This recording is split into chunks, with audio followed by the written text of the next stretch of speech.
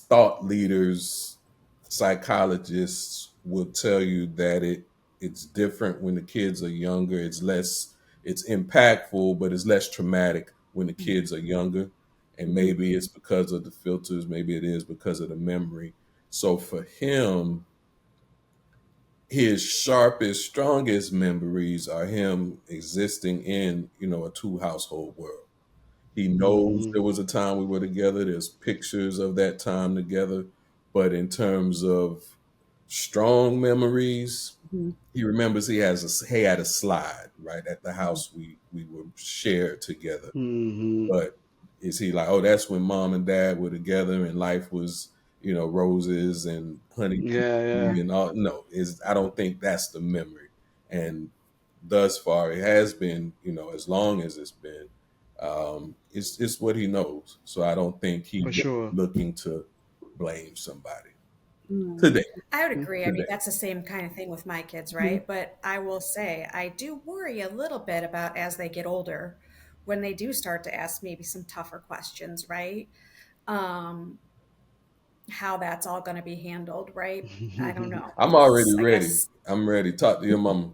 If what I say doesn't carry enough or leaves Yeah. more questions, and Yeah. however you want into it, what she tells you, y'all can have it. But for me, that the drama of Yeah. that chapters is Yeah. closed. So Yeah. I'm pretty sure me and my ex would have very different stories of what happened.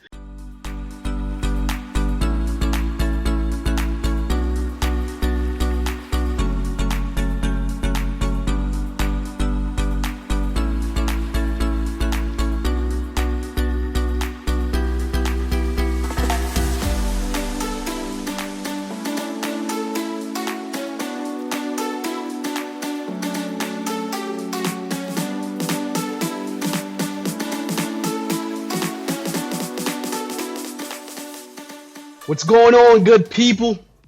Welcome to Between Friends. I'm your host, Anthony, and my lovely co-host, What's Nikki. up? Hey, Nikki. Hey. Hey.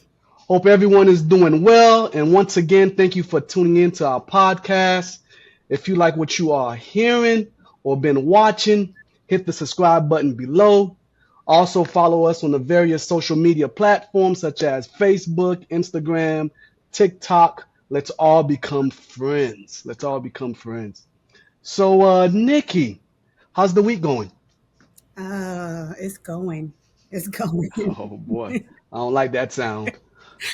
Yeah, just I'm ready for the weekend, ready for Memorial Day. Let's just say that. It's already Wednesday and I want the week to be over. So, but it's the last week of school for the kids. So, all the last minute goodbyes and teacher gifts and all of those things. So, but everybody's good, everybody's well. As you know, I'm still complaining about the heat. It's too hot.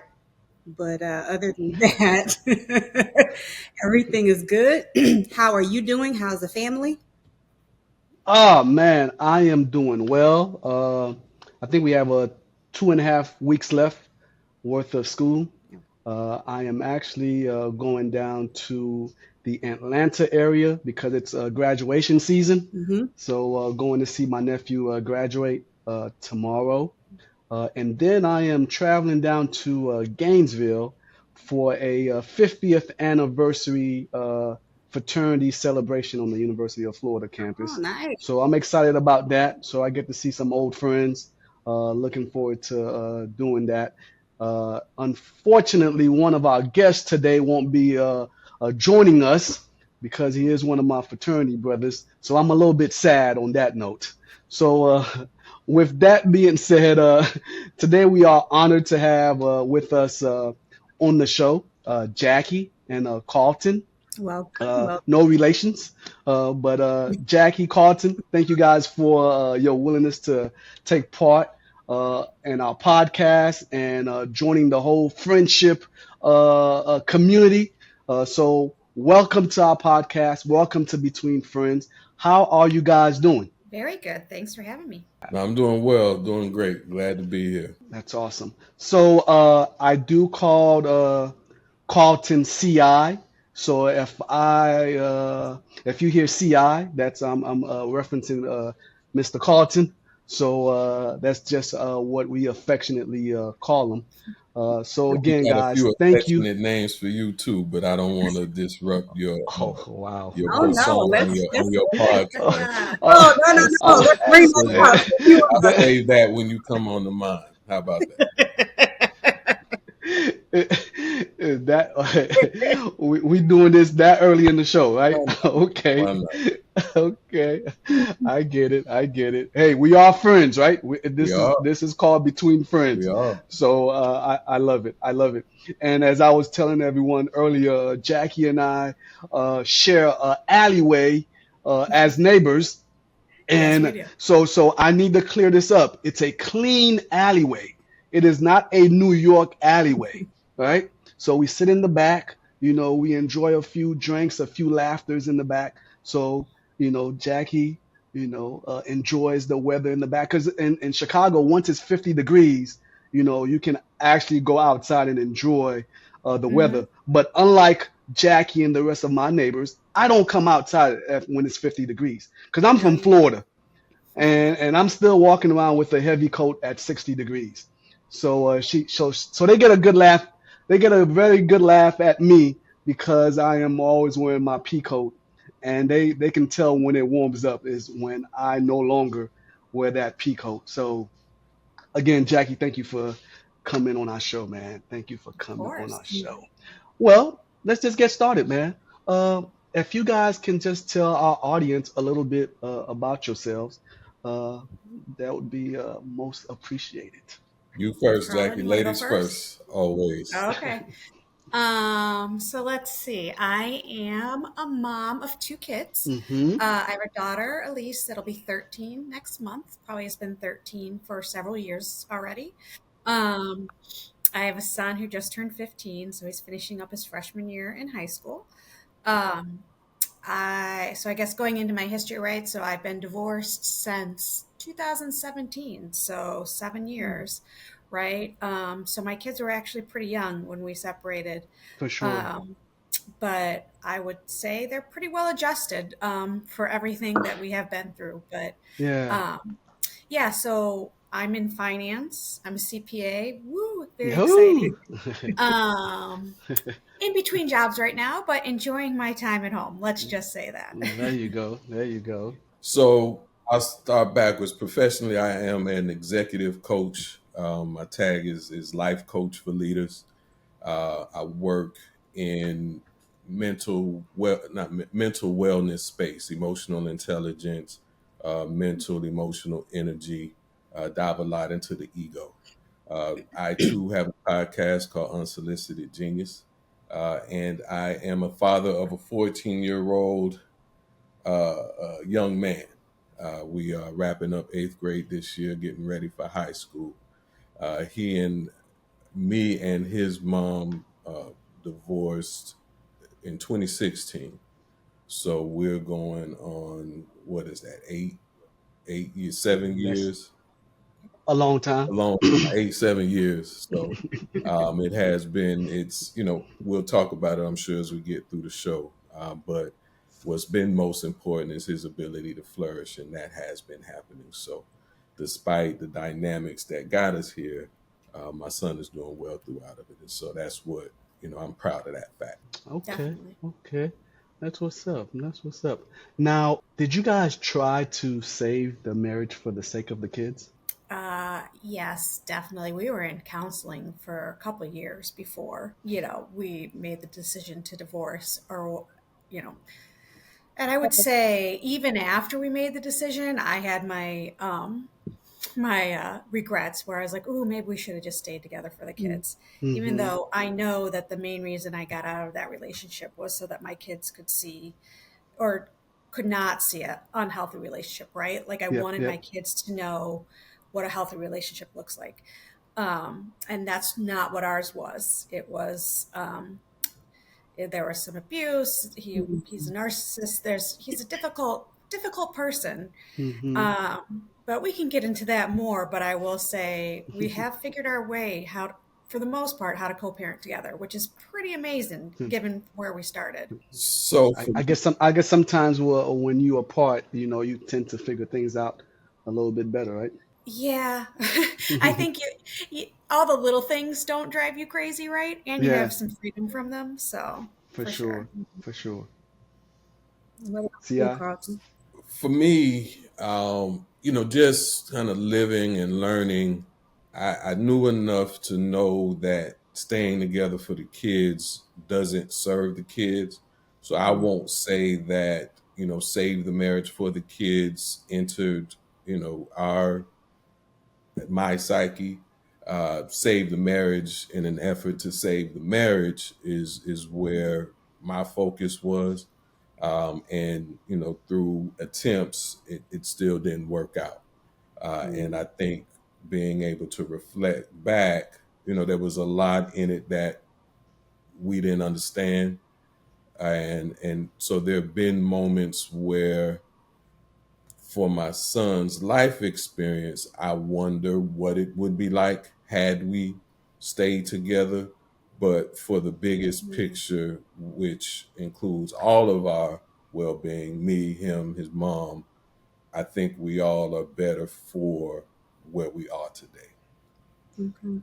Yeah, I couldn't agree with you more, right? I have those moments of guilt where I'm like, oh, this would just be so much easier if we were a nuclear family of four for our kids, right? Hmm. But I mean, I think that's more comes from my guilt, right? Of being like, oh, I failed. Um, I've had to come to terms with like, actually, it's not necessarily a failure if you're getting out for something better, right? To give your kids a Yeah, better Right, life. But right. I definitely have the same kind of thoughts. Yeah, guilt is one of those things that I talk a lot about in my practice, and it's a emotion to learn from, and but it's Hmm. also recognizing that it's attached to judgment, and most of us in ending a relationship are doing what we believe is best. Doesn't mean it won't be difficult, doesn't mean that it won't come with challenges, but that's kind of the answer to that voice of guilt. At the time, though not easy, I did what I believed to be best for all those involved. for sure, for sure. Now you briefly touch on the decision may have come with some challenges. What were some of those challenges? Court, As we both attorneys, laugh. judges, district attorney offices, Yeah. schools and principals and teachers and therapists. There's a Two households, trying to figure out a parenting agreement that Mhm. you both can, Mhm. Christmas, Thanksgiving, yeah. birthdays. What The else? What first else, holidays Jackie? were really rough. What Yeah. else? Sporting I would, events. What else? What else, Jackie? I mean, there are so many things, right? I mean, holidays is a big thing, right? Like the first set of holidays. Oh my Mm, gosh. And I just think like, oh, do they have a coat at both houses? mm, Or do they have tennis shoes at both houses? Or do you have one coat that goes back and forth? I mean, just it's the silliest stupid little things, but they all Hmm. become like these big things that you never thought about, right? Like, oh, their school uniforms, like who pays for those? And like all of this stuff, right? I mean, yeah, you name it, like Yeah, yeah, and No it's doubt big about it. stuff.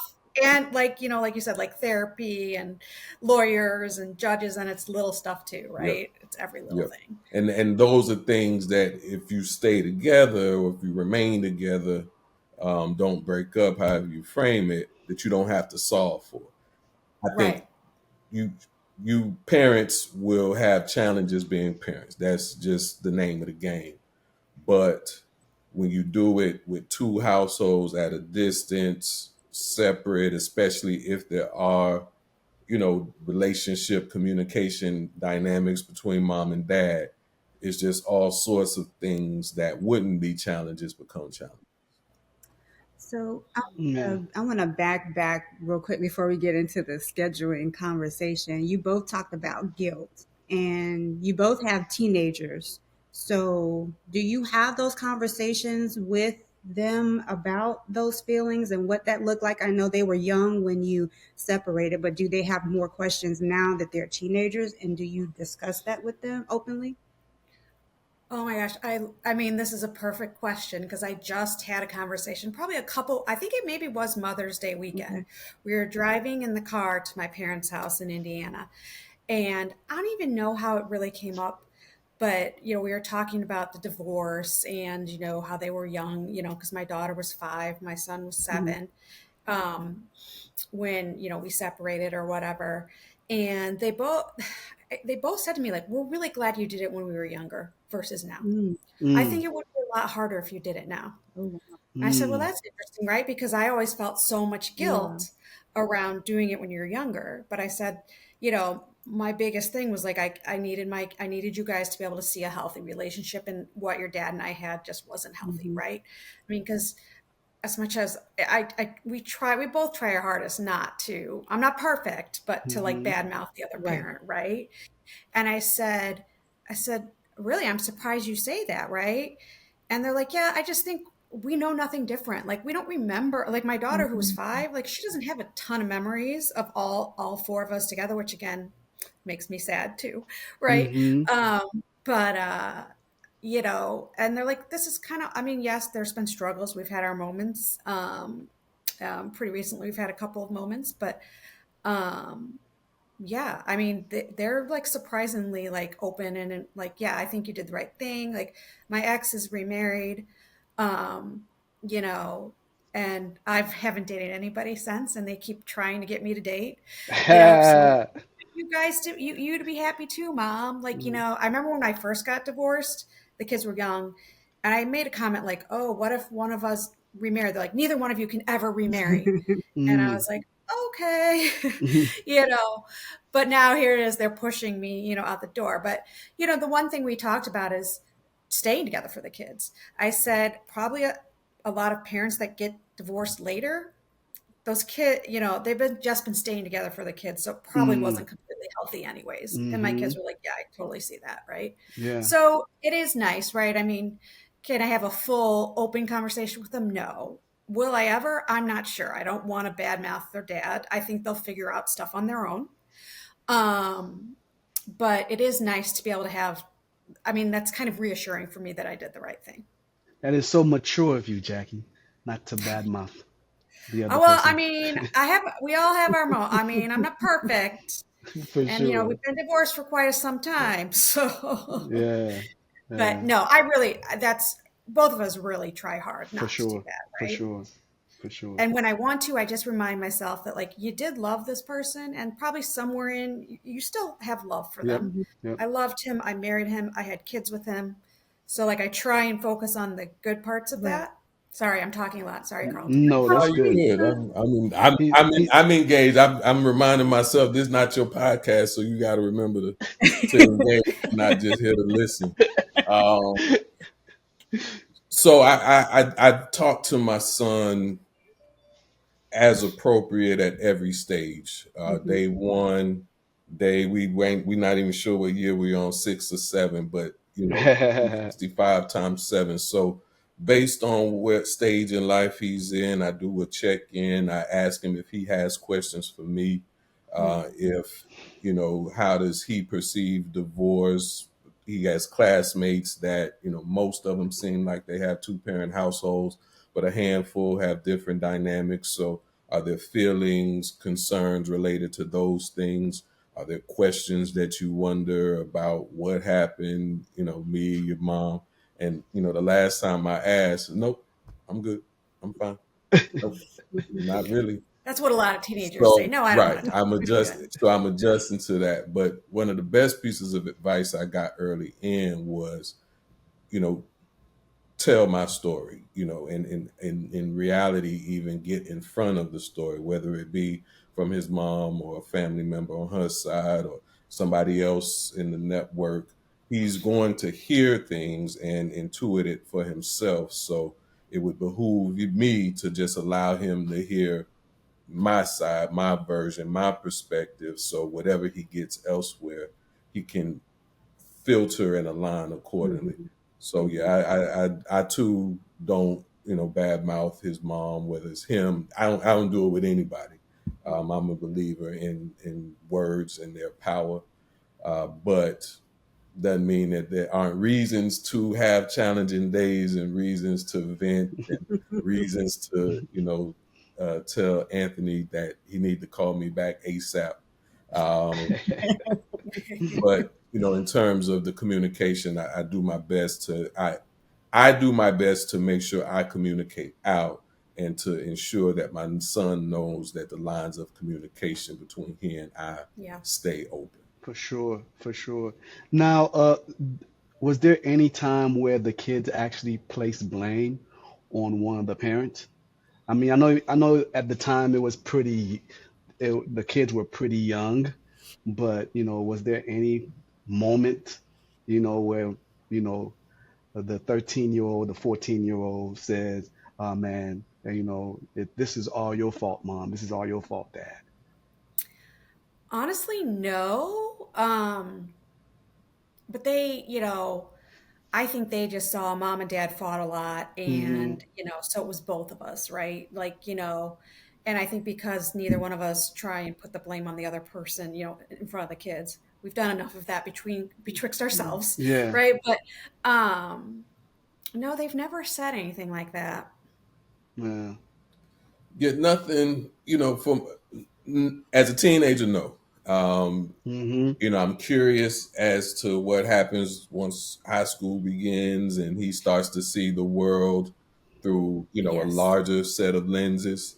Will he ask more questions? Will he perceive the depth of our relationship? But not blame. Early on there was some questions, and this is probably early, like he was 5, 6.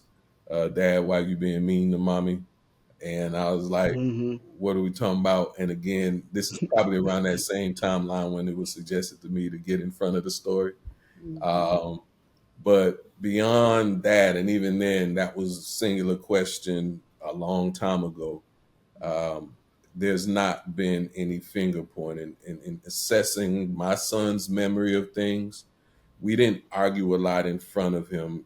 Ours was more of a cold war versus a active, disruptive dynamic. But he doesn't remember the Ninja Turtle concert that I took him to. So Yeah. I Hmm. Mm. think thought leaders, psychologists will tell you that it's different when the kids are younger. It's impactful, but it's less traumatic when the kids are younger. And Mhm. maybe it's because of the filters, maybe it is because of the memory. So for him, his sharpest, strongest memories are him existing in, a two household world. He knows Hmm. there was a time we were together. There's pictures of that time together. But in terms of strong memories, Mhm. he remembers he had a slide right at the house we were shared together. Hmm. But is he like, oh, that's when mom and dad were together and life was, roses and honey Yeah, yeah, and all? No, is I don't think that's the memory. And thus far, it has been, as long as it's been, it's what he knows. So I don't think he's for sure. looking to blame somebody Mm. today. I would agree. I mean, Today. that's the same kind of thing with my kids, Mhm. right? But I will say, I do worry a little bit about as they get older, when they do start to ask maybe some tougher questions, right? Um, how that's all going to be handled, right? I don't know, I'm already because I ready. guess. I'm ready. Talk to your mama. If what I say doesn't carry enough or leaves Yeah, more questions, and yeah, however you want into it, what she tells you, y'all can have it. But for me, Hmm. that the drama of yeah, that chapters Mhm. is yeah. closed. So Yeah, I'm pretty sure me and my ex would have very different stories of what happened. Do you think that would be beneficial? Let's say if they came and said, "Mom, Dad, we have these questions. Don't you tell me the story?" Do you think it would be? And I don't know the dynamic of your relationship, but would it be beneficial if you came together and sat down and said, "Hey, let's do this one time, so you don't get your side, you get my side"? What's the thoughts of It that? might be. I mean, it might be like I could, as long as it didn't become a fight between Uh, me and him about like, no, that didn't happen. You Right, know, right, like right. that I think we would have to get our ducks in a Right, row right. first. for And it's sure. kind of hard to do that with a narcissist Yeah. sometimes because Right. they honestly don't remember anything that they did, right? Like, um, yeah, I don't Okay. know. Hopefully, maybe they'll never ask the questions or Right. they'll just figure it out on their own. I For don't know. sure. We'll see. I will answer your question simply to say yes, it would be beneficial. Okay. All right. It would. Oh, you just gonna leave it at that? Whether Oh, it actually be done, who knows? oh, you no. So now you're a man of few words. Okay, All I got. See? It would, that's yes, all. would That's be all you beneficial. got. Now, along those lines, though, So, how do you guys get on the same page as co-parents? are you Was on it difficult? stage? You all, and are you guys on the Right. same With page? judges and attorneys, and no, I'm just joking. Yeah, yeah. I'm just joking. At first, yes, I think that is how we got on the same page. I would say, I mean, it's been trial and error. For Hmm. the most part, I would say we pretty much agree parenting on most things, most big decisions, right? Mhm. We've never, um, maybe we've had a few discussions back and forth. Honestly, for the most part, I think we have the same values, or we want our kids to grow up with the same values, and um, for the most part, I would say the rules are the same between houses, Mm. but I mean, there are differences, right? And sometimes, Mm. I may not like exactly what's going on at that house. And I think early on in the divorce or whatever, I probably said a lot more. And now I've had to just like bite my tongue and be like, the kids are older now. They can make their own decisions, their own thoughts about what's happening at that house. You can only control what's happening at your house. But I Hmm. would say, in terms of like big decisions regarding the kids, like whether it's extracurriculars or school things, like, we both go to school, we do conferences together, we do a lot of stuff, go to a lot of the same things, and we're Mhm. fine to coexist Hmm. together. Um, I think we spent a lot of our marriage pretending that we got along. So like we're really good at Yeah. Uh, so we, you know, where I jest and am serious in some dynamics of what works well, what doesn't work well. But one of the things that does work well for us is getting on the same page when it comes to his well-being. I think, we may disagree about schedule, we may disagree about interpretation of what the judges, the lawyers had said about said circumstance. Mhm.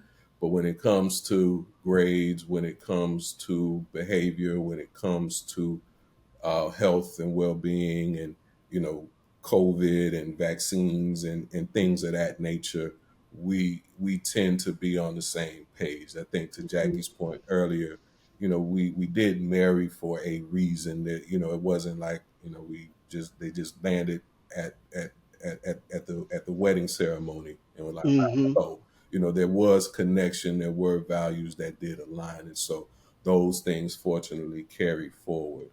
um, I think for us, the pandemic in particular, because he was doing school from home, the end of fifth grade, all of sixth grade, and the first half of seventh grade, all of the coordination that required with the schools, with technology, with getting him, set up and back and forth between two homes, required a lot more conversation than we had previously and have had since he's gone to school full time again or in person again.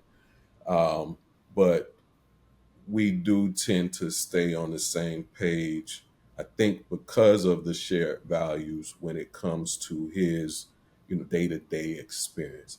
I think high school is going to introduce a new set of variables because now, my son, he plays football, but there's also, so there's athletic opportunities, there are academic opportunities.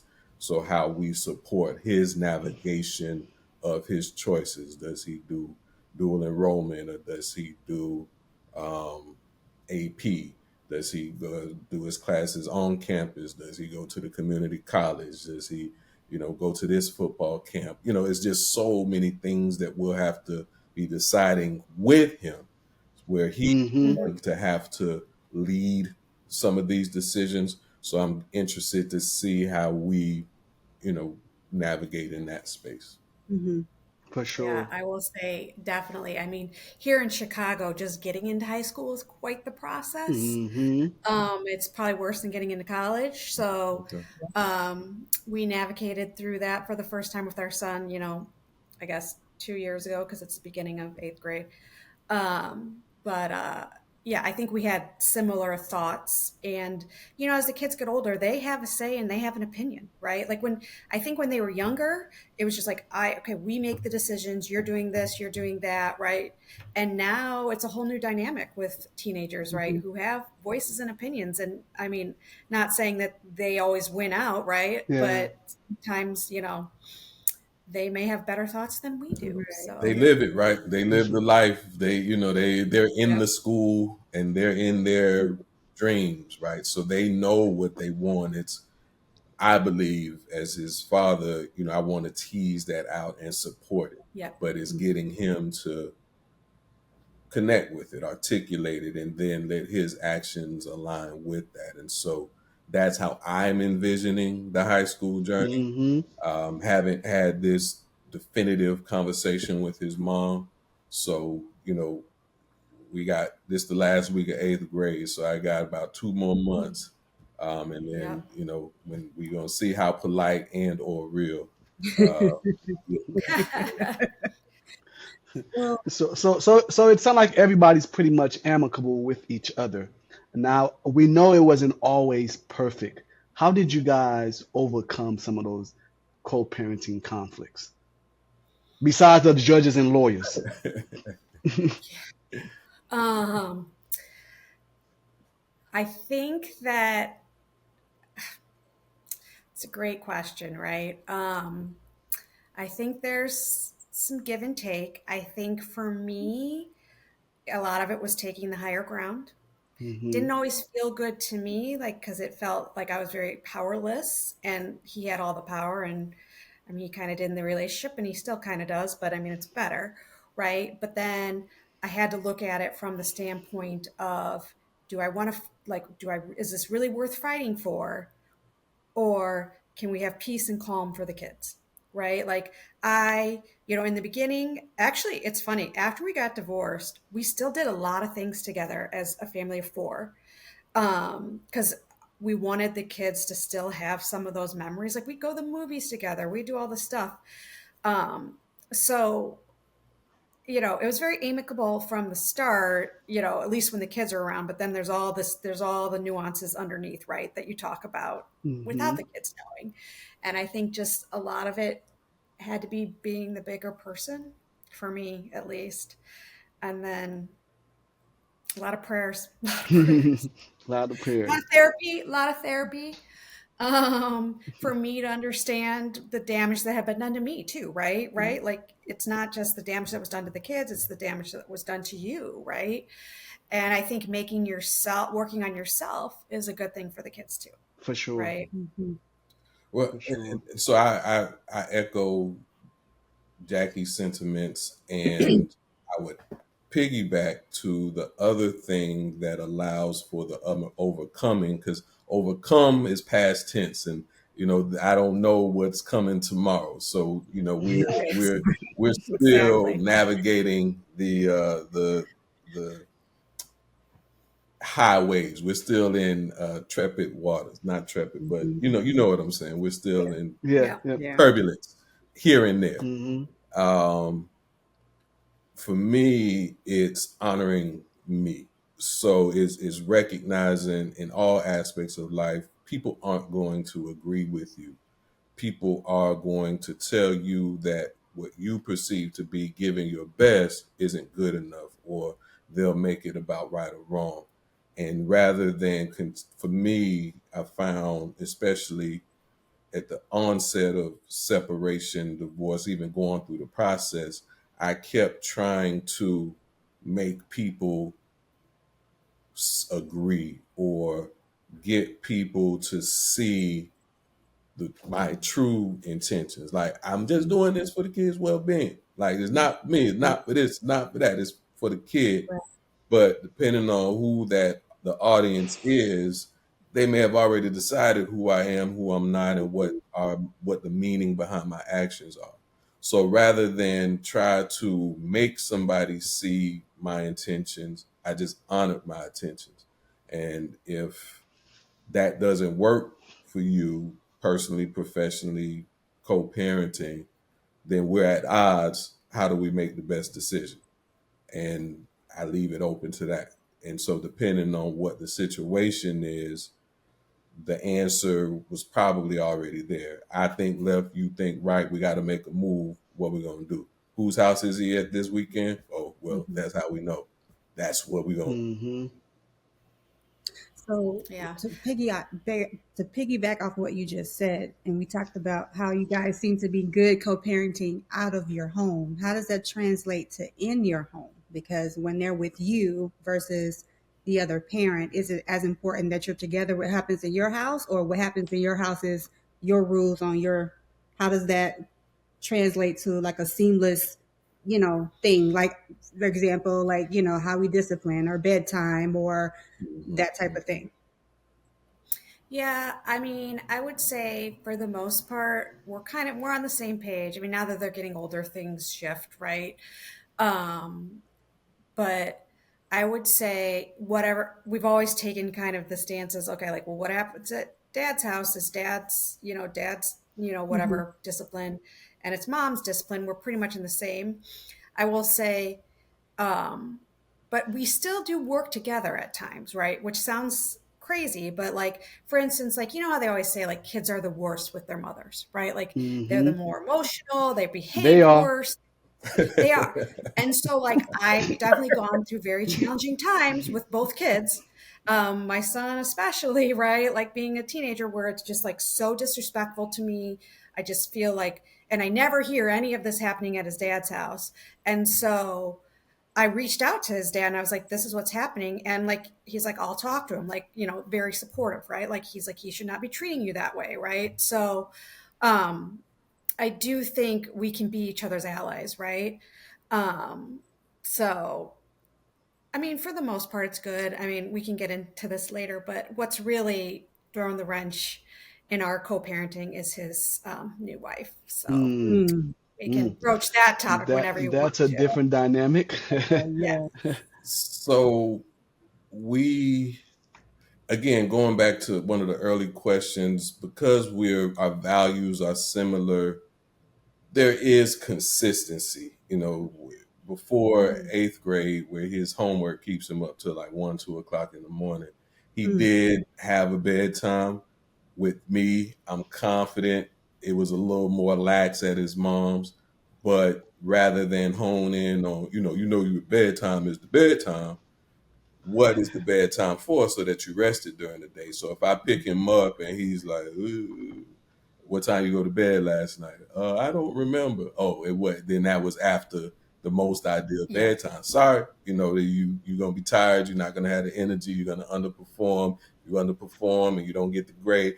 So it's all these things are connected to the bedtime, where because he is in two households, I try to empower him with accountability for himself. Mhm. Uh, Boys and their moms. My mom lives with me, so his grandma here. Clearly, there's some a gentler approach that moms sometimes have when it comes to their sons. Not you, Jackie, but I'm just talking in general. Uh, I don't know. I love my baby, but he can drive me up a wall.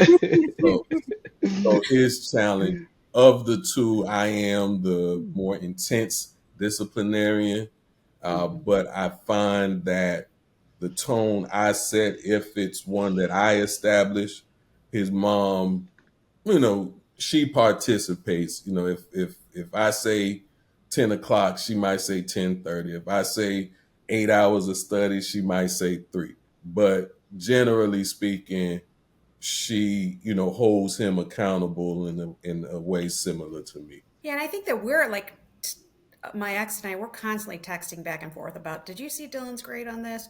Oh, Elise did this, or like I feel like just a quick text here and there. Just we always are just kind of checking in with each other. Like, should we? You think we should be worried? Mm-hmm. Like she's acting a little down.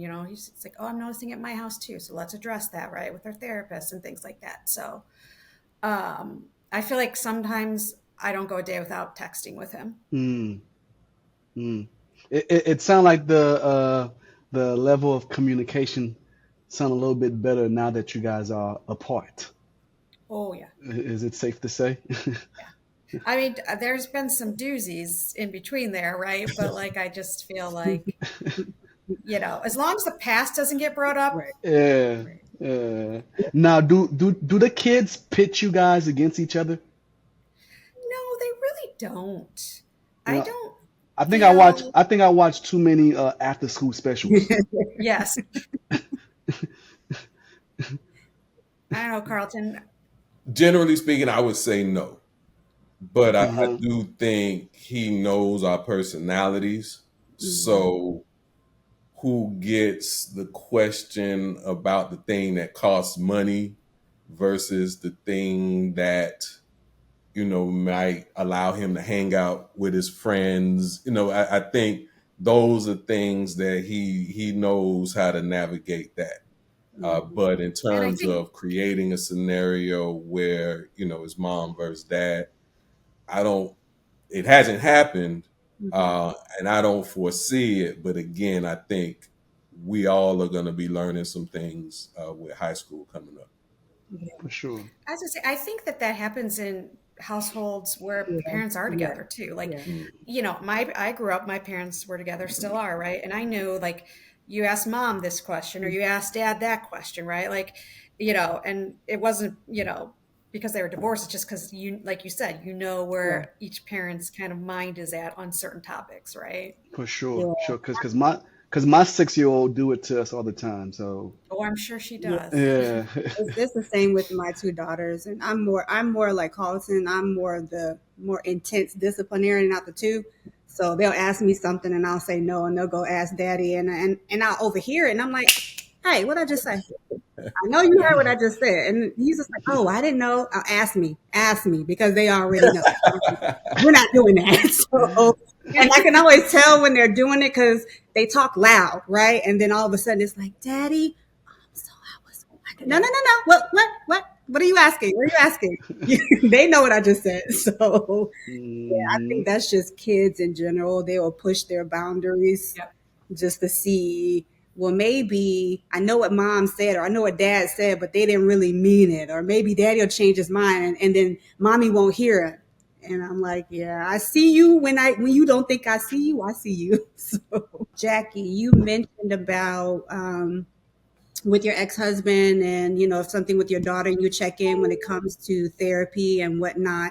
That I do want to segue to that because that was one of the questions I wondered if going through this process, did you all incorporate at a young age or now like therapy in regards to the family dynamic, or was it just something outside of that you do therapy with your children? Yeah, I will say when we got divorced, we started the kids in therapy, right? And it was really just about the divorce and, the dynamics around the two households and, adjusting and all of Yeah, that right. stuff.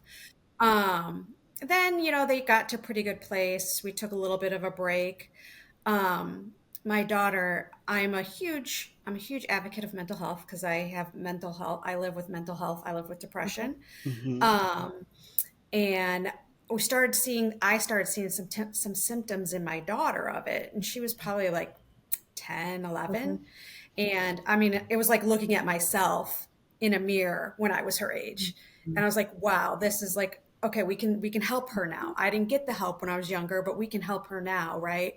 And I will say it took a little bit of convincing with my ex to like really get him on the same page of like, because he'd be like, she's fine. I'm like, no, I don't think she's fine, like, and so we had her evaluated at like outpatient behavioral health program, which she did. And like, he still was kind of on the fence. And he's like, I'm like, please, let's just try it. But once she started doing it and he saw the changes in Mm-hmm. her, he's like, I'm really glad that you forced the issue on me. So I would say those mental health issues didn't come out of the, maybe partly out of the Right. divorce. Who knows? I mean, Mm-hmm. it impacts every part of your Mm-hmm. life, right? But I do think that that was just, I think it's inherited from me, unfortunately, Mm-hmm. right? So, and then my son deals with a lot of anxiety. Like I said, getting into high school in Mm-hmm. Chicago is a very stressful process. You have to apply, take all these tests, and then you're not still not even sure if you're going to get into the school For you want to get sure. in. Wow. And his goal was to get into the top school, high school in Chicago. So like he put all this, you know, yeah, both our kids, like they're very self-driven. I've never had to push my kids to do homework or anything like that Mm-hmm. because he had this goal for Mm-hmm. himself. But like he kind of was he was getting too anxious about it. So we started him back up too because of that, right? So and I think that really helped him go through that period and learn to better deal with his emotions and anxiety and stuff like that. So now, they're both in pretty good places. They go every couple weeks or every month, just kind of like check in, especially Mm-hmm. my daughter, because 13-year-old girls are just not nice to each other. And so there's always friend drama and, everything else. Like, I just don't remember it being that way, but maybe I just Yeah. forgot. You blocked it Yeah. out. You blocked it They are out. so mean to each other. Mm-hmm. So, but I mean, to me, mental health is a huge thing. I mean, I still, see my therapist and, I have to take medication and that's fine. And my kids know that and Mm-hmm. it's fine. And we talk about it. I don't want it to be a stigma. Right. For sure. Right.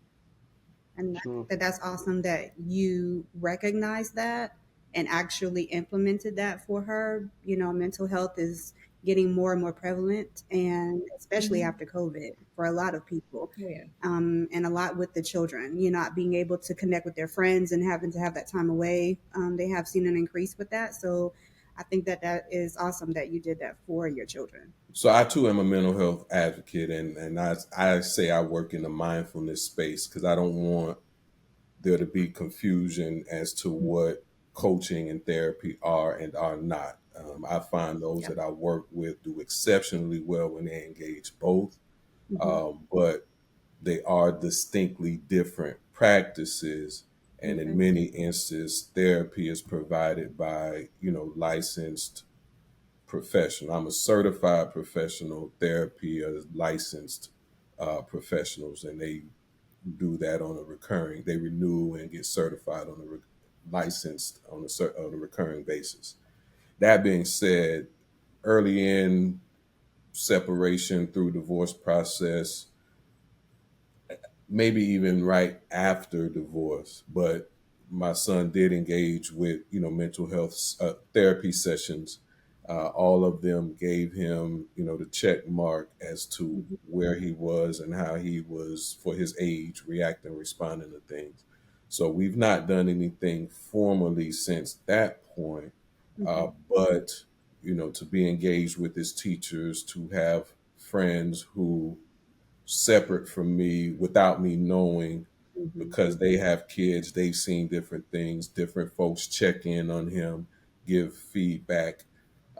And really the most recent thing is I take the work that I do as a life coach and take him through those conversations, take him through those exercises as anxiety kicks in. I teach him what it means. I teach him how to leverage breathing whenever he gets stressed.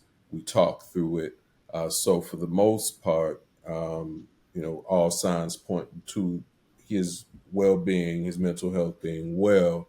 Hmm. But it is something I am sensitive to, probably oversensitive to, because when he got a good grade. He's been struggling in this. He's taking honors high school honors algebra in 8th grade. So it's advanced of the advanced. And for a period he averaged the A, then the struggles kicked in. So we've been really just trying to keep him in the B range. And they had their final exam yesterday, and it was on the whole Mm. year, and he got an 89, which is excellent, all things considered. And I was like, "You happy? I'm all right. Do I need to get him to a counselor or therapist? Like he's not excited enough. What's wrong with him? What am I gonna do?"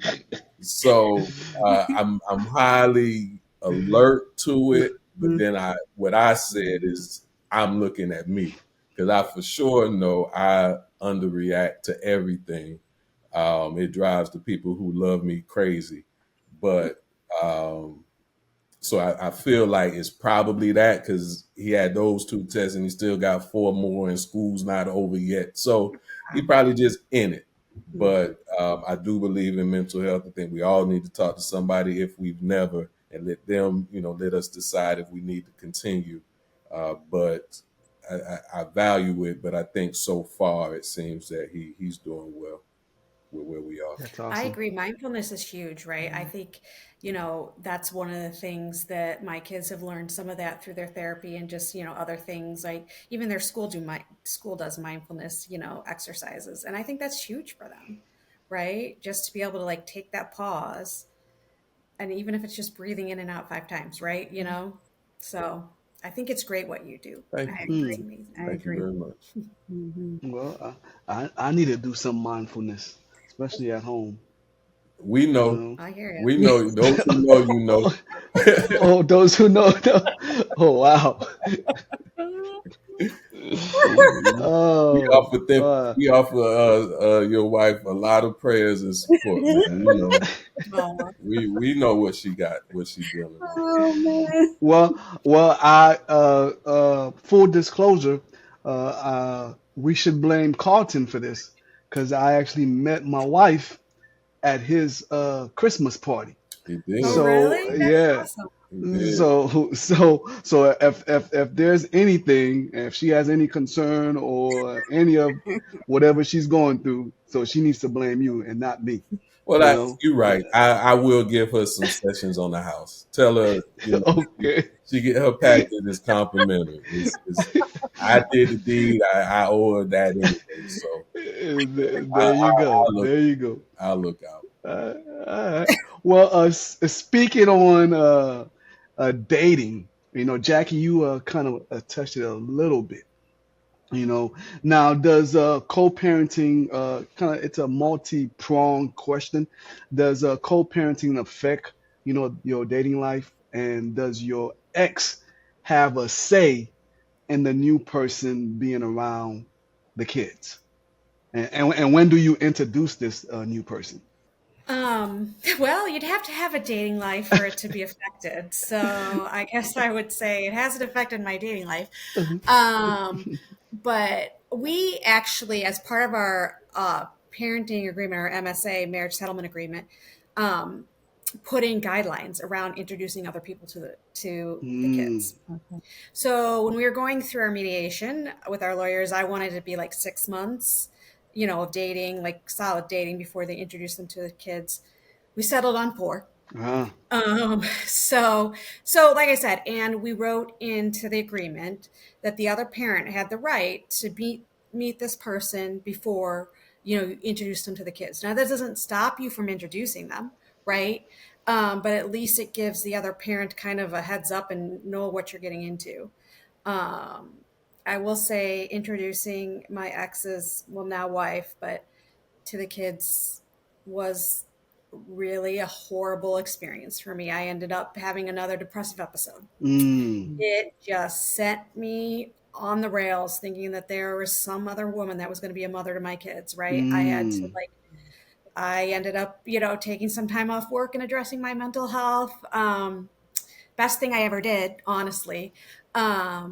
But yeah, there's a lot of emotions and complications that go with that. I mean, I met with her before um, she met the kids. It didn't soften the blow for me at all. I can go into more detail, but Carlton, yeah. why don't you talk about it? So does it affect dating? Yes, yeah, it definitely affects dating. I did date shortly after divorce was final, um, and it's almost like a disclosure. I'm divorced, I have a kid, there's the communication to the other parties and to be in the age group, the age bracket I'm in, if somebody else is dating, they probably have a kid or two, divorce, have similar circumstances. Several didn't, but it's part of growing and getting to know each other. So it becomes that disclosure, and I did come across a handful of folks that refused, to date a man with a kid, refused to date a man with an ex-wife, which is, their prerogative. Mm-hmm. As far as introducing my son to anybody, I didn't. Just, probably if as I think about it, I probably couldn't pinpoint one thing or another as to why I didn't. It was more of an instinctual feel. I didn't want him to perceive me as somebody who had women coming and going. I didn't want to a bond to get created in a situation that may not last. Now he met people that I may have titled as friends because of circumstance, but nobody to say this is my dad's girlfriend and might be my future mama. That being Mm-hmm. said, I am engaged to be married at the end of this year. So my future wife, he has met. Thank you Congratulations. very much. My future wife, he has met. Circumstance probably didn't have them meet until we were a few months into dating, just on schedule, location, things of that nature. But again, where his demeanor was in terms of his, mom and dad's relationship being a, a figment of his imagination, even, I feel that their connection was solid early on, and she not having kids had a sensitivity in terms of how to navigate the relationship with him from her end, which allowed him to just be himself and see her more as a friend and ally than a threat to his mom. Mm-hmm. Mm-hmm. So all for the two of them, they are great with or without me. They get along well, and I don't think I don't think there's been a point where that has been a concern. In fact, she and I had a window where we had broken up for, a few months. And as I explained it to him, he wasn't contemplating, he wasn't processing adult talk. And so Mm-hmm. maybe 2 weeks later, he heard and learned that we weren't together anymore. He was like, "Y'all broke up." I said, "That's what I told you the other day." I said, I didn't know that's what you meant." So he was disappointed at the time that we weren't together anymore. So he values her and looks at her as being part of his family. That's awesome. Jackie, just a quick follow-up. Did you feel as though you were being replaced? Very much so. Um, I mean, and I know a lot of that was on me, right? Mm-hmm. Like that was inner work that I needed to do on myself. You know, I think my marriage had left me with very low self-esteem.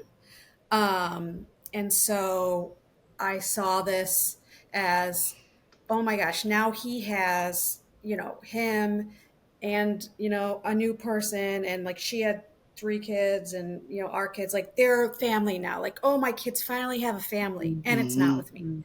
Right. And I think that I was not very compassionate with myself. Right. I discounted my importance as their mother, right? And I just thought, oh, they're just gonna think it's so much better over there because he can give them, he makes a lot more money than I do, so he can buy them, you know, anything they want, right? And they went and did all these fun things together, and here I am in the middle of a depressive episode, right? Mm-hmm. And because my depression is very situational. Usually, a situation, something will happen to set it Mm-hmm. off, right? And yeah, so I really struggled with it. And I mean, honestly, even after, like, I got my depression under control, right? Whatever, did my program, like, for years, I had a hard time thinking that I wasn't as good as she was, or that what that experience over there was for them, right? But I think a lot of that was just me, right? Like I didn't have any evidence to prove, otherwise, right? I mean, when I was in the middle of my depressive episode, I'm like, yeah, I'm a failure, right? But Mm-hmm. that's the disease talking, right? Um, but I mean, it's taken me a very long time to get there. I think what I struggle with more now is her sticking her head in where it shouldn't be. Mm. Like her thinking she has more of a mother role to my kids than she should. To the fact, like, we were at my daughter's volleyball game and she introduced herself as my daughter's mom, me standing like 5 feet away. Yeah, that did not go over well Well, with me. for sure. Right. So I think that's more what I struggle with. Like, um, I gave her a lot of chances, but she's dead to me now. I'm like, I'm done. I deal with Tom, like, just please stay out of my way. I Mm-hmm. don't know what kind of relationship your fiance and your ex Hmm. have, but hopefully, it's okay, Yeah, Carlton. I It's believe non-existent, so it's okay in that Oh, okay. regard. So, yeah. Um, again, I think a lot of that probably has to do with our dynamic. Um, in that, I think we alluded to this in a question earlier, but our communications, interactions are primarily limited to my son. We don't text throughout the day. We don't check in. I can go weeks without communicating, just based on how life is flowing. When we do have to talk, and we had a situation a couple weeks last week that we held it, did it, it was fine. So in regard to my fiance, who again, in trying to understand her role and place, and be a supporter more than an interference. Um, the circumstances are such that they there is no relationship, there is no dynamic, there is no communication. I think if situations did call for us to cross paths more regularly, and somebody overstepped, I could definitely see some conversation happening in that regard. But I don't envision any overstepping, and time will tell as our relationship, and our being me and my ex-wife, my son's mom, as our relationship continues to evolve, and my prayer is that it evolves up.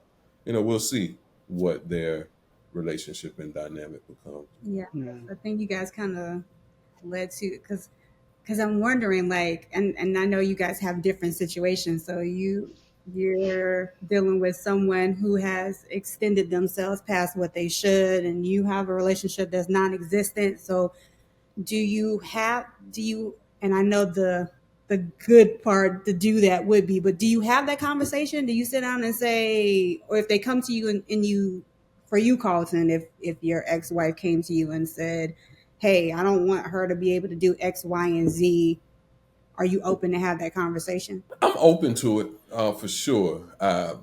We too have in our decree rules, basic guidelines, so to speak, about what happens with the other parent in a relationship, and Mm-hmm. most of that Mm-hmm. is, I won't say common sense, but it's the basic things like criminal, history, things of that nature. Mm-hmm. But there being some dynamic where the other parent doesn't it's not approval, but gives the room for the other parent to reject this dynamic without further dialogue, without further mediation. Okay. um so in that regard, it's where we are. You know what I Mm-hmm. mean? It's how we've been, it's who we are, it's where we are. um if something happened, I may be inclined to, if something happened, right? Say we have a situation, and maybe my fiance and I talk about it, and then my son's mom says, "Hey, I got something to say too." then for sure, it's gonna be, let's talk about it. But if Right. it's, I don't think, she and Khalil should be in, my son's name Khalil, that they should be at your house at the same time. Like if that came out of somewhere, I'd be like, thanks, but no thanks. She's not a criminal, she doesn't fall below the guidelines as they're written. You have a right to your Mm-hmm. opinion, but this is what we're gonna do. Um, Yeah. Yeah. there is, a nuance, a dynamic with the teacher, with the field trip, with school, with Mm-hmm. football. He's going to be a great, famous football player. And then when they say it's picture time, is mom and dad and stepmom in the picture? Is it just mom and dad? We'll have to see. And I would probably Yeah. really, take into Just mom and dad. account everybody's feelings related to that. Jackie said, no, ma'am, absolutely not. Just Just mom and mom and dad. dad. That's what I'm She didn't saying. have any part in birthing that kid. Doesn't make a picture. Sorry, I got a hard no on I No, that. just said I'll take it if it comes to that. I will take into account everybody's feelings with that. So I hear you loud and clear on that one. yeah. So I mean, Jackie, I know you had that incident. Is your I have multiple okay? incidents, So but yeah. okay, so have you come back to have a conversation with your ex, and is he open to kind of redraw those lines and have that conversation openly? Yeah, so I mean, I've had multiple conversations with him that I came away feeling good Okay. about, like where I just basically said like she just needs to like back off a little bit, right? Like she's just a little bit up in my grill, like in like like after my daughter's volleyball game, she's upset. And like, so I'm talking to her, she comes up and asks her how she's doing, what's the matter? No, sweetie, I got it covered. Like, you don't know, that's not your job, you Mm-hmm. know? Yeah.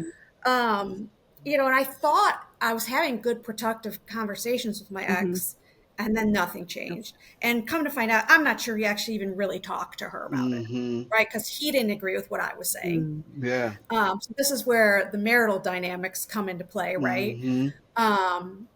He thinks he knows best and better, right?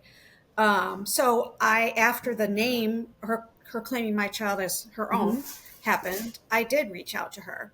I, went through it with my therapist, with my friends, a very neutral text, so it didn't come off like attitude or anything. Because I was like, and so I sent her a text. I just said, I heard what you said. Well, actually, I corrected. I was like, no, I'm her mom. Like literally, I was like, I'm her mom, not that lady. But I didn't say not that lady. But and I just said, I would appreciate, I go, it's confusing. It was like the first time we were meeting some of these volleyball parents. Mm-hmm. So it's confusing. Well, who's her mom? Who's her real mom? Like, and I said, it's not true. And I said, I just really don't appreciate it. Right. Like, can you just, not do that again?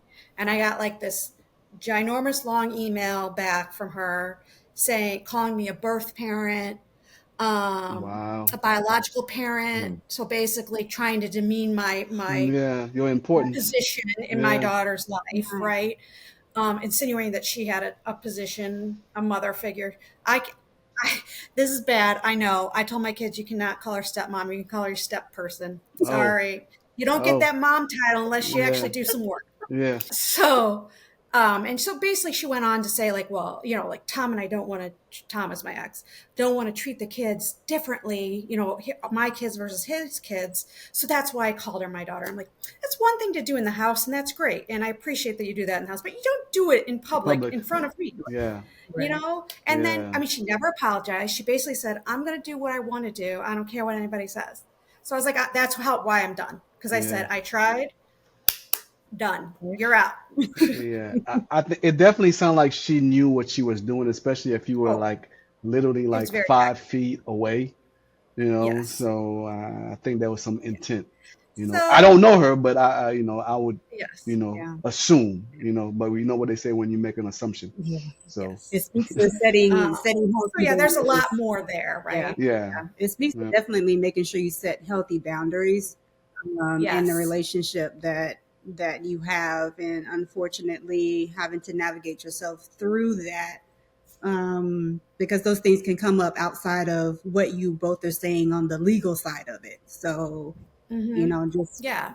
yeah. And it's hard, right? You feel very alone Hmm. as, like trying to, like, you feel like you're going up against two people against one, right? And Hmm. it's hard, but yeah, it is about like trying to define those boundaries and keep them, right? Hmm. Now, a little fun, a little few fun questions. Okay. Are we Just not doing lighten those up like the the fun yeah, one? yeah, lighten the mood just a little bit. Those I don't know how Why? much fun this going to be, but I think I kind of already know the answers from the previous couple of answers. But my question was, do we get the other parent like a Father's Day or a Mother's Day card or a present or a birthday present or one of those little, hey, I still appreciate you for what you do for our kids. Here's a present, here's a card. Do we still do that? I always have had the kids buy, I bought presents from the kids, right? For Okay. his birthday, for Father's Day. I think like the first Father's Day, or maybe the first couple, I gave him a card, just like, writing like, thank you for being a good dad to our kids, that stopped somewhere along the way. Now we just kind of text each other. Like he texted me for Mother's Day, I'll text Mm-hmm. him for his birthday tomorrow.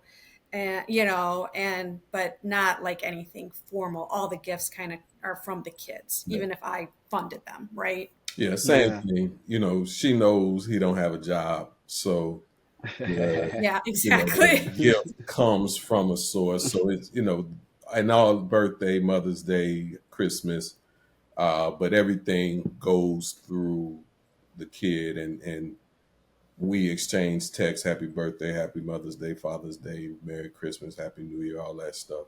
But the gifts go through the kid. For sure. For sure. You know. So we've been at this for about an hour now. So we're winding down. We're winding down. Um, what has been the greatest challenge through this whole process of co-parenting? What would you say have been the greatest challenge? Carlton, you want to take that one first? I don't know if it's specific to the co-parenting or if it's specific to our entire journey. But Mm-hmm. one of the things that I, even as of this week, recognize for me is how the energy of the trauma still remains. Hmm. So Mm. where I talked about the marriage wasn't intense, it wasn't going well, but it wasn't a lot of rah rah rah fighting. The process since separation, which includes divorce and all those things, that was wild. That was way more intense than I would have come to expect. And that stuff does things to an individual. I mean, we know Mm-hmm. talk a lot about childhood trauma and how it presents as in adults, but as adults, we still can go through traumas that remain in us. I think about the book "The Body Keeps the Score," so it's Hmm. there, however it came about. And for me, as much inner work as I've done, as much journeying I've done. I'm to where I am today is significantly different from where I was 10 years ago, 5 years ago, even a year ago. I've continued to evolve, but it's recognizing that those memories remain. And we had a circumstance where I was doing a thing thinking his my ex was perceiving a thing, to only find out that she's doing the thing, right? And so I sent a text to express A, she responded with B, and my whole body reacted as if Hmm. this one difference in perspective was going to lead us Mm-hmm. back to sitting in front of the judge and this dollar attorney fees and it's not that, it isn't that, it wasn't that, it won't be that, but that was my internal reaction.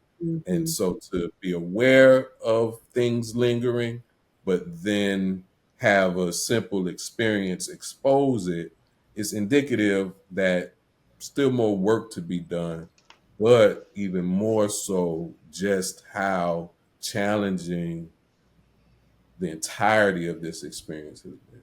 So for me, it's not.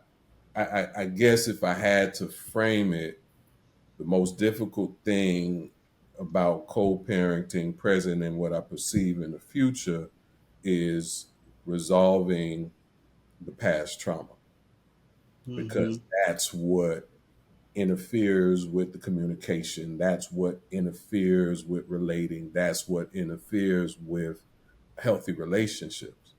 It's the past, it's the memories, it's the judgments, it's the experiences, the fear, past fear, worry about it revealing itself again. So for me, I think that's probably the biggest thing, because I know it exists for me and I'm highly confident that it exists for her.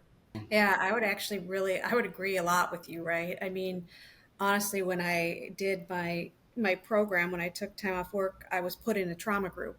And, they do like an intake interview and you tell kind of your story. And they're like, well, yeah, you've been traumatized. I'm like, I have? Like, I didn't even, like, I was like, oh, I guess, yeah, I guess that's Yeah, not normal. Like, yeah, all the things that happened in my marriage, right? Like, Mhm. I mean, I knew on a level it wasn't normal, but until somebody actually sits you down and says you've been traumatized, and you're like, and you're in a group with other people who've been traumatized, and you're like, wow, yeah, yeah, I have been. yeah. Um, but I agree with you. It's trying. I think the hardest part is having to try and get over that and the past, and not letting the past creep up again. I will say what I'm struggling with now, honestly, is sometimes my son will trigger me, Mhm. right? Because he will say something and it sounds just like something his dad would say. And it's usually not something nice. It's usually a cutting remark or, whatever teenagers say, right? Mhm. And I think one of my biggest fears is that he's going to end up like a narcissist like his dad, right? Mm. And like, you know, my therapist, assures me that won't happen with me in the picture. We'll see. Um,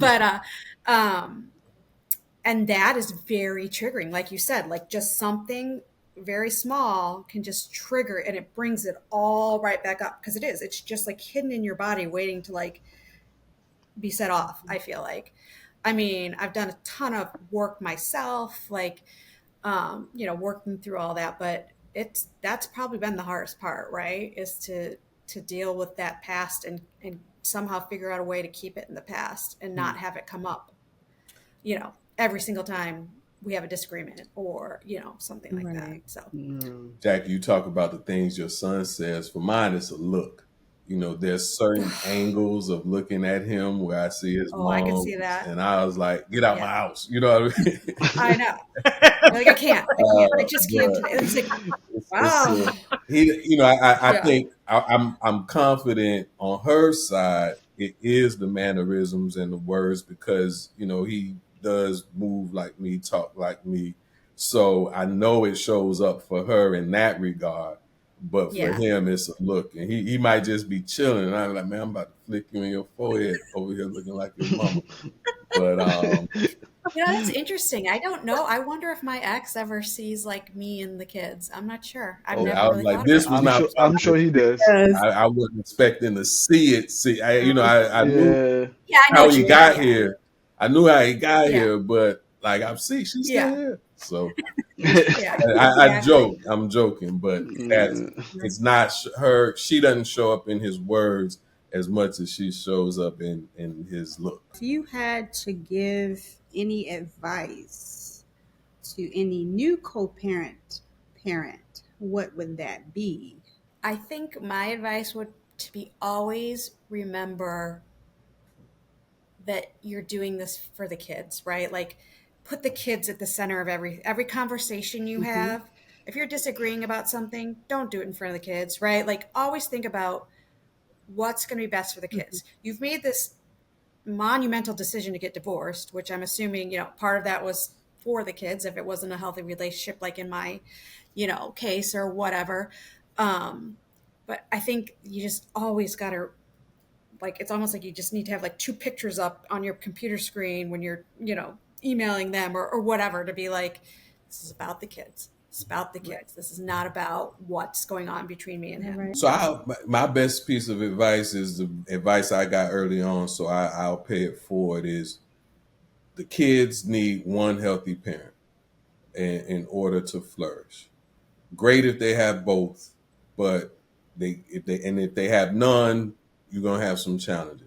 But if one of you is in sound mind, body, and spirit, and you infuse that in your kid, they will be okay.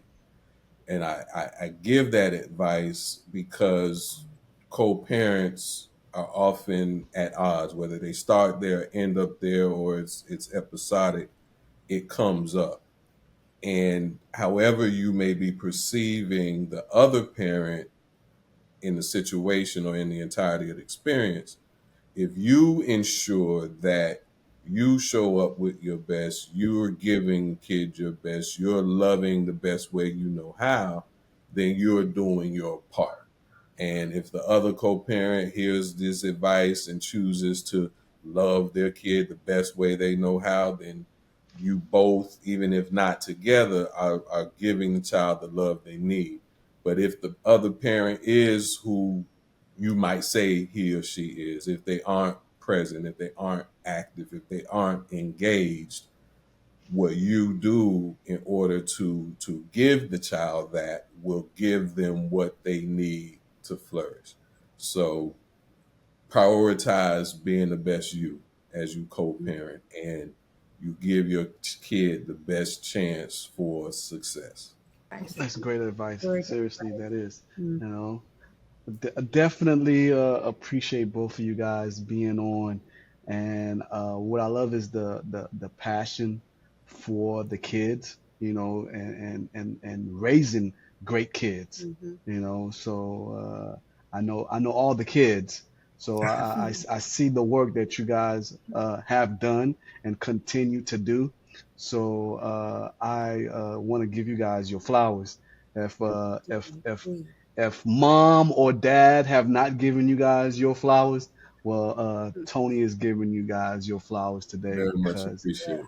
I think you Thank guys you. are doing a great, a phenomenal job Mhm. and raising great, well-rounded citizens of our society. So thank you for joining us this afternoon. Thank you for yeah, I'm gonna give you a chance, Nikki. I'm gonna give you a It sounds chance. like you So wrapping it up. yeah, no, no, no, no, no. So I just wanted to say thank you. I just wanted to say thank you.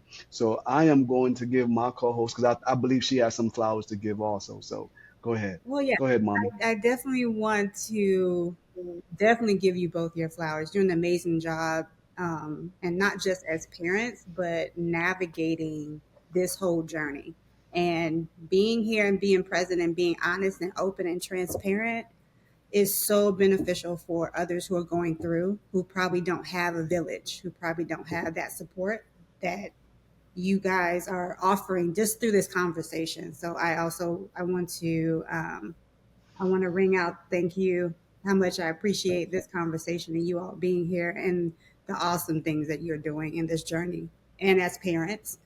Um, and then, Carlton, I also want you to drop your podcast because that mindfulness that you speak so eloquently about, I'm sure that myself included would, Yeah. love to hear more about that. So if you can let our viewers know where they can find that to tap into that, that would be amazing.